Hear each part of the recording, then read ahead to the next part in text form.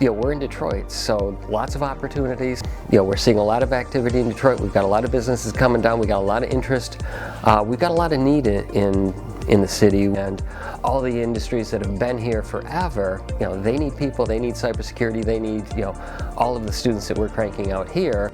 I chose the cyber program specifically due to the wealth of hands-on projects and activities we have integrated into the courses that are offered here.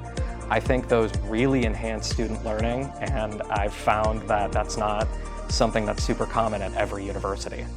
Competing in cybersecurity competitions like the ISACA case competition has been one of the most valuable experiences I've had. It really allows you to grow and test your technical skills with penetration testing or network security in a semi-real world scenario. These professors, they take time out of their incredibly busy schedules to find opportunities specific to their students. They're not just doing this for everyone. They're looking for specific opportunities to benefit each and every student individually.